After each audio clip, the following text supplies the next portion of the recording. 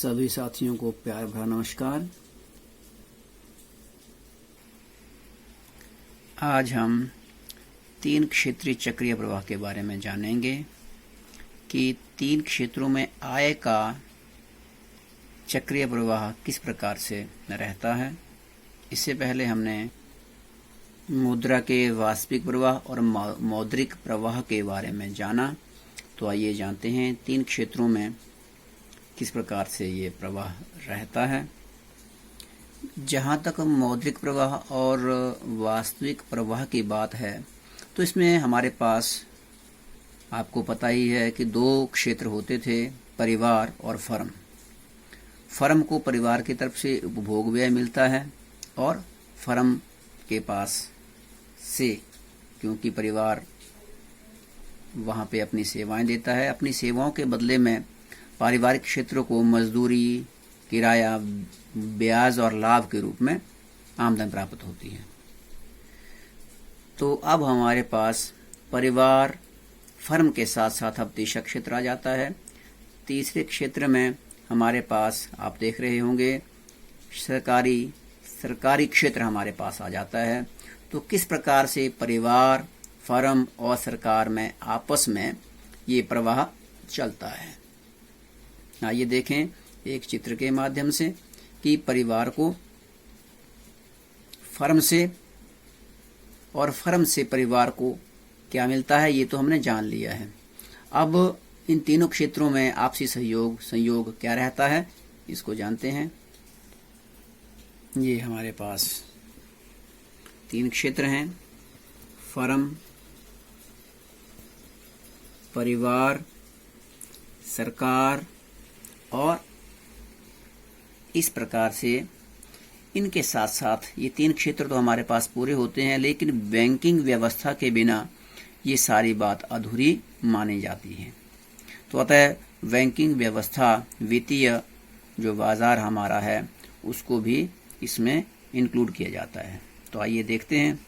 पहले ही आपको ये हमने पहले ही कर लिया था कि फर्म और परिवार में आपसी लेन देन किस प्रकार से होता है। फर्म के पास परिवार जितने भी साधन हैं ये यहाँ पे डिप्लॉय होते हैं और इनको फर्म से बदले में साधन भुगतान, जो हमने अभी बात की, मजदूरी, ब्याज, लाभ और किराए के रूप में प्राप्त होता है। ठीक इसी प्रकार से ये हमने पहले ही कर लिया है कि परिवार को अपनी ज़रूरतों को पूरा करने के लिए जो सामान खरीदती है, वो सामान, उसका जो खर्च होता है, जो व्यय होता है, वो उपभोग व्यय उसका बनता है, जो दुकानों के माध्यम से होता हुआ पुनः फर्म के पास ये पहुंच जाता है। तो यहाँ तक तो दो क्षेत्रों में तो ठीक है। तीसरा भी हम जान लें, बहुत आसान है। बैंकिंग व्यवस्था जो हमें एक वित्तीय बाजार के रूप में दिख रही है, उसका बिल्कुल आसान सा तरीका है याद करने का, समझने का, जानने का। बैंक के साथ तीनों क्षेत्रों का आपसी क्या लेन देन है, इसको अगर हम जान लें तो ये जो एक कॉम्प्लेक्स जैसा बना हुआ है इस मैप में, ये कॉम्प्लेक्स खत्म हो जाएगा। हम देखें कि सरकार, फर्म और परिवार, इन तीनों क्षेत्रों के साथ बैंक का सेम सा व्यवहार रहता है, एक जैसा व्यवहार रहता है। सभी गौर से अगर हम देखें, फर्म है, सरकार है या परिवार है, इन तीनों ही क्षेत्रों से अगर आप ये ग्रीन पेन से लिखा हुआ आराम से देख पाएंगे कि यहाँ फर्म से बैंक की ओर क्या जाता है, जो फर्म की बचत है।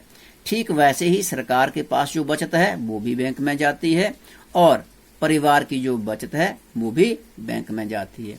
तो इस प्रकार से इन तीनों क्षेत्रों से बैंक को बचत के रूप में प्रवाह होता है और बदले में बैंक से क्या जाता है वो भी हम देख लें, वो भी बिल्कुल सेम सी चीज है।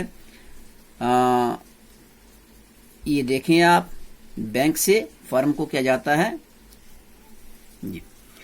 क्या जा रहा है, फर्म से बैंक की ओर बचत जा रही है, बदले में बैंक से फर्म की ओर क्या आ रहा है, उधार। ठीक वैसे ही बैंक से सरकार से तो बचत आ रही है, लेकिन सरकार को क्या जा रहा है, उधार। परिवार से भी बचत आ रही है, लेकिन बैंक से क्या जा रहा है? उधार। तो बैंक के साथ तीनों ही क्षेत्रों का लेन देन बचत और उधार का है। बचत और उधार, बचत और उधार। बचत बैंक के पास जमा होगी, बचत सरकार की भी, फर्म की भी और परिवार की भी बैंक के पास जमा होगी। बदले में आवश्यकता के अनुसार, चाहे वो परिवार का क्षेत्र है, परिवार से भी परिवार की बचत बैंक में जाएगी और उधार परिवार को प्राप्त होगा। तो इस प्रकार से हम देख रहे हैं कि बैंकिंग व्यवस्था में सभी की बचतें, तीनों क्षेत्रों की बचतें बैंक के पास जमा हो रही हैं और सभी को बैंक उधार दे रहा है। तो ये तो बैंक के साथ तीनों क्षेत्रों का लेन देन, हमारा प्रवाह लेन देन क्लियर होता है। फर्म और परिवार के साथ भी वो हमने पिछली वीडियो में कर लिया है, अभी भी थोड़ा सा हमने इसको टच किया, ये भी हमारा कंप्लीट होता है। अब जो तीसरा क्षेत्र आता है, फर्म, परिवार और सरकार। सरकार में सरकार के साथ फर्म का क्या क्या लेन देन रहता है और परिवार का सरकार के साथ क्या क्या लेन देन रहता है। आपसी लेन देन, आपसी प्रवाह इनमें किस प्रकार से होता है, आइए देखें। सरकार के पास फर्म से टैक्स प्राप्त होता है, जिसे हम कर कहते हैं। फर्म से सरकार को क्या जाता है? टैक्स जाता है। और बदले में फर्म को दो चीजें प्राप्त होती हैं। एक तो क्या, सरकार फर्मों से जो उत्पादित सामान होता है उसकी खरीद करती है और बदले में सरकार का जो व्यय है उसका भुगतान है। जिस सामान को सरकार फर्मों से खरीदती है वो फर्मों के पास आता है। सरकारी व्यय के नाम से इसको हम जानते हैं।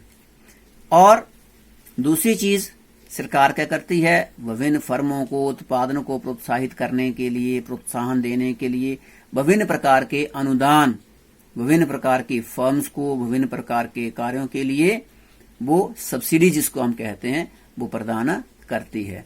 तो इस प्रकार से सरकार से फर्म को एक तो सब्सिडी प्राप्त होती है, अनुदान प्राप्त होता है, और दूसरा जो वो सामान फर्मों से खरीदती है उसका सरकारी व्यय फर्म के पास आता है सरकार से। तो इस प्रकार से फर्म और सरकार का आपसी प्रवाह किस तरह से हुआ? फर्म से टैक्स गए सरकार को, बदले में सरकार से क्या क्या आया? एक तो सब्सिडी आई, और सरकार से फर्म को एक तो सब्सिडी आई और दूसरा सरकारी व्यय आया। और अब हम देख लें कि परिवार के साथ सरकार का लेन देन कैसे रहता है। ठीक वही जैसे फर्म से सरकार को टैक्स जाते हैं, परिवार से भी सरकार को टैक्स जाते हैं, चाहे वो डायरेक्ट टैक्सेस हैं चाहे वो इनडायरेक्ट टैक्सेस हैं, प्रत्यक्ष और अप्रत्यक्ष करों के नाम से जिनको हम जानते हैं। तो वो सरकार को प्राप्त होते हैं परिवारों से। बदले में सरकार से परिवारों को क्या प्राप्त होता है, किस तरह से सरकार से परिवार की ओर प्रवाह रहता है, इसको हम अभी जानेंगे। सरकार से विभिन्न प्रकार के हस्तांतरण भुगतान परिवारों को प्राप्त होते हैं। अब ये हस्तांतरण भुगतान क्या क्या रहते हैं? जैसे वृद्धावस्था पेंशन है, और ऐसे भुगतान, विकलांगों के लिए पेंशन है, ऐसी सामाजिक योजनाएं जिनसे समाज का हित सरकार करना चाहती है, वो सारे हस्तांतरण भुगतान परिवारों को प्राप्त होते हैं। और नंबर 2, सरकारों के पास जितनी जो सरकार है, परिवारों के लोग काम करने जाते हैं, जो सरकारी कार्य होता है उसको करते हैं। तो उस सेवा के बदले में जितनी भी सेवाएं परिवार सरकार के पास करता है, तो उन सेवाओं के बदले में सरकार से उन परिवारों को वेतन इत्यादि के रूप में, भत्तों के रूप में सेवाओं का भुगतान प्राप्त होता है। तो सेवाओं का भुगतान परिवार की सेवा के लिए सरकार से परिवार की ओर उसका भुगतान होता है। हस्तांतरण भुगतान, विभिन्न प्रकार की पेंशन्स वगैरह इसमें आती हैं। ये सारे सरकार से परिवार की ओर दोनों बहते हैं, प्रवाह रहता है, और परिवार से सरकार को क्या मिलता है? टैक्स मिलता है। ठीक वैसे ही अगर हम देखें, शॉर्ट में इसको करें, तो सरकार से फर्म और परिवार दोनों से टैक्स प्राप्त होते हैं, फर्म से भी और परिवार से भी। दूसरी तरफ हम देखें तो फर्म को अनुदान सब्सिडी प्राप्त होती है और परिवारों को हस्तांतरण भुगतान प्राप्त होते हैं। फर्म को सरकार से सामान के बदले में सरकारी व्यय प्राप्त होता है, वहीं परिवार को उनकी सेवाओं के बदले में सेवाओं का भुगतान सरकार से परिवार को प्राप्त होता है। तो इस प्रकार से केवल टैक्स ही सरकार को जाते हैं दोनों तरफ से। शॉर्ट में अगर हमने समझना है, बदले में दो चीजें ही फर्मों को प्राप्त होती हैं, सरकारी व्यय और अनुदान, और दो ही चीजें परिवारों को प्राप्त होती हैं, हस्तांतरण भुगतान और सेवाओं का भुगतान।